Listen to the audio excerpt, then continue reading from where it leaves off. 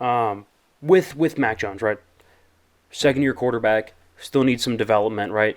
The whole, you know, the offensive coordinator thing's weird. The weapons aren't great. That aside, right? You didn't like our prediction for the Patriots, right? You thought it was a little low at 5-12. You actually had commented on the TikTok, bold take, and that's how we actually started talking. Get him on the show here. What is your outlook for the season? Because I'm not as optimistic as you.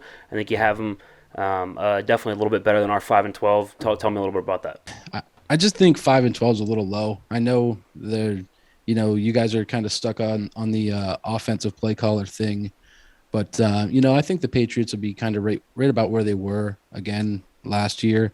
Obviously, it's going to be tough for Mac losing a guy like Josh McDaniels. You see how much input he had in that offense, how well he worked with Belichick and the quarterbacks. I mean, shit, look at the success that he had with Brady over the past decade, 2 decades. It's been crazy. So I think they'll be right around 10-7. I took a good look at the schedule.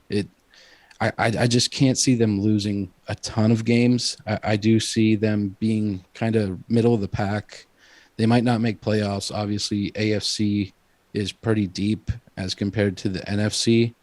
But I think they'll be there. They can battle with the Bills. I know the playoffs didn't go in the Patriots' favor, obviously, but I think they'll be somebody that can be right where they were last year. All right, that's fair. So I'm gonna explain my side, right? I mean, like we saw a little bit on the TikTok, right? But for this episode here and just for everyone watching, so I'm worried the weapons they're bad. I mean, yeah, we they like to run the ball. They're always gonna have at least a decent offensive line. That's fine, but it's an offensive league.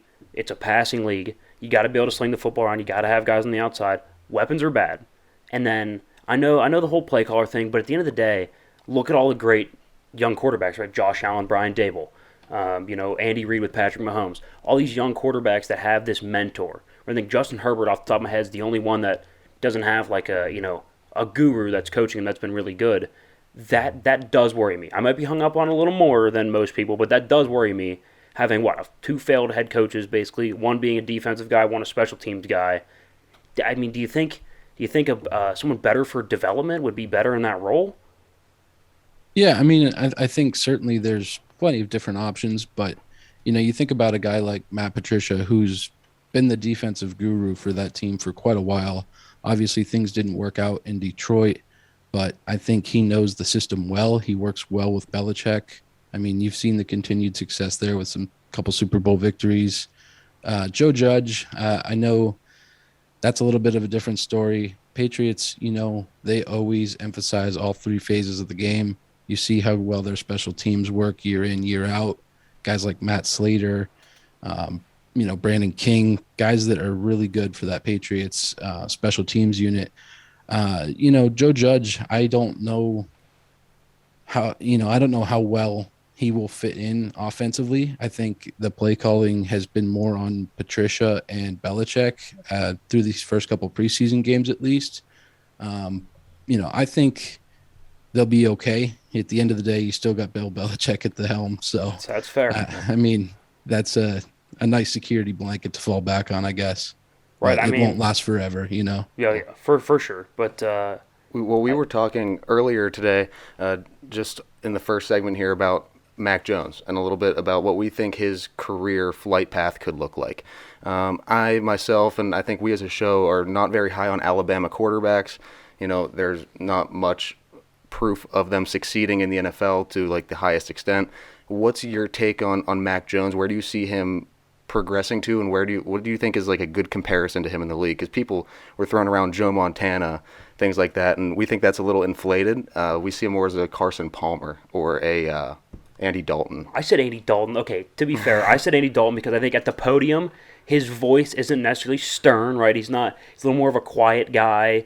Andy could get outside of the pocket a little bit, but he's not a freak athlete. I think I see Yeah. some similarities in Mac. But yeah, I mean, what's your take on that?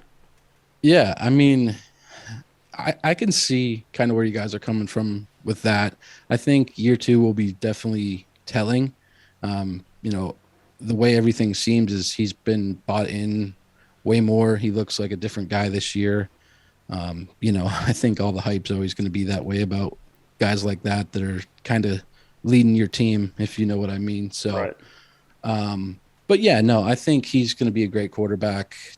Don't get me wrong, he's not going to be the next Tom Brady. I know a lot of people had talked about that as well, like you kind of alluded to. But no, I think he'll have a good career. I don't, I can't think of anybody off the top of my head, but yeah, like Andy Dalton, that, you know, I do think he's going to be a little bit better than Andy yeah, Dalton. he's going to be better than him, Yeah. but you know, he's not, like you said, he's not going to be this Joe Montana, Tom Brady, Peyton Manning type of guy. I think he's going to be a good quarterback. Um, but it's early. You Right. never know. Like you said, the weapons on the Patriots offense is definitely a giant question for sure. They bring in Devontae Parker, who I think will help out. You got Jacoby Myers, who he's been kind of hit or miss here over the last Right. couple of years. But you've seen in that Patriots offense where you know these no name guys can end up being super spectacular. I mean, look at Yep. Chris Hogan and Danny Amendola. Those guys were just absolute units. I know they had Brady at the helm, but you never know. So Right. uh, to make a long answer short, I guess, yeah, I would say he's going to be better than Andy Dalton, but I don't think he's going to be this super spectacular quarterback.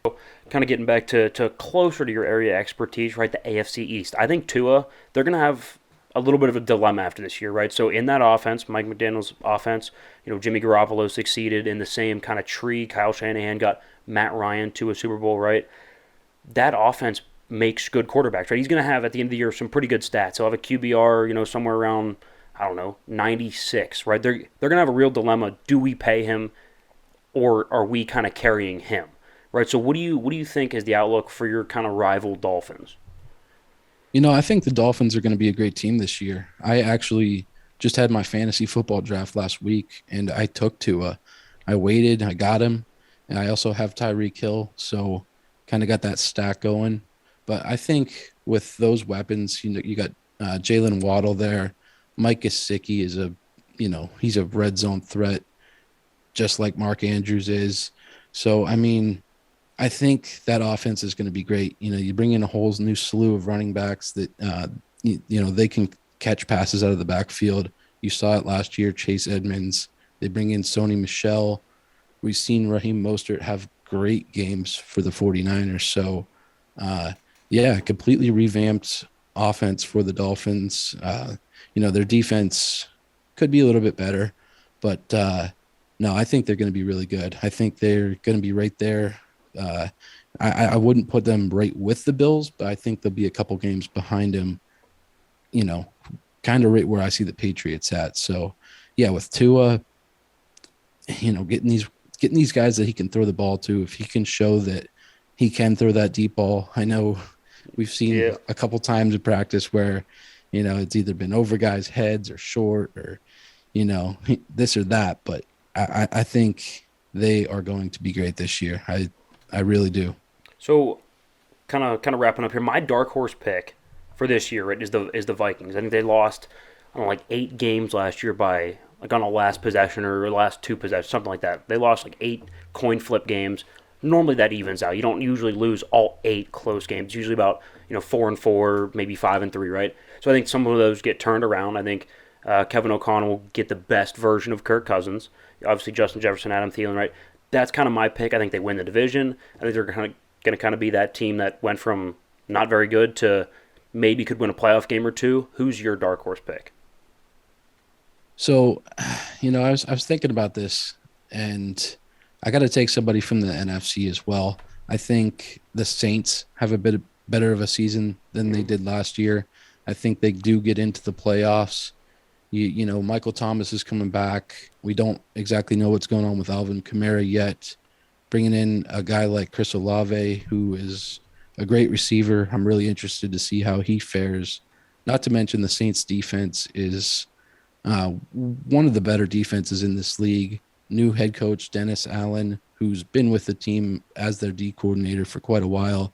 So I'm really interested to see how they do this year. Like I said, I think they can get a wild card spot, but at the quarterback position, that's where your question marks arise. You got Jameis there who can either be really good or he can be really bad. So I'm looking for the Saints to have a little bit better season this year. I think they get into the playoffs, maybe get a playoff win. But as far as the Vikings, I can totally see where you're coming from as well. I would love to see them win that division. Yeah, I mean, not that I don't like Aaron Rodgers, but it'd be refreshing to see the Vikings win. I'm not a huge Aaron guy, but I think the Vikings, it'd be cool. Actually, as soon as we dropped our NFC South predictions, right? We had the Saints, I think 7-10. When I said in the video or even on the podcast, whatever, I said, I think they could be 10-7. We have them 7-10. I said I think they could be 10-7. My issue is that I have to bet on Jameis Winston for 17 games. Right, like in a small sample size, if you had to come in for a game or two, I'm happy with it. For 17 games, do I know what I'm getting? Week in and week out. So that's why I have him at a little bit lower. But again, who knows? He could be really good, and I could see him sneaking into the playoffs. That's a good pick. Yeah, it is a good pick. It is. Ben, we really appreciate you coming on, man. Guys, go check out his podcast, the Bump and Run podcast. A lot of Patriots. I know your buddy's an Eagles guy, Dallas guy. Is that right? Yeah, all kinds of good content over there. We talk NFL football just like these guys do week to week. We're about to have some live shows coming up here soon. But, I appreciate you guys having me on for sure. Yeah, absolutely, Ben. Thank you very much.